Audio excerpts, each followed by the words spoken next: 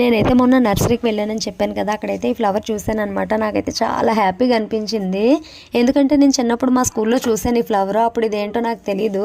అసలు ఇప్పుడు తెలుసుకున్న తర్వాత అర్రే ఆ ఫ్లవరే కదా అని చెప్పేసి అనిపించింది అనమాట. దీన్ని కౌరవ పాండవ పుష్పం అని అంటారు, ఇంకా కృష్ణ కమలం అని కూడా అంటారు.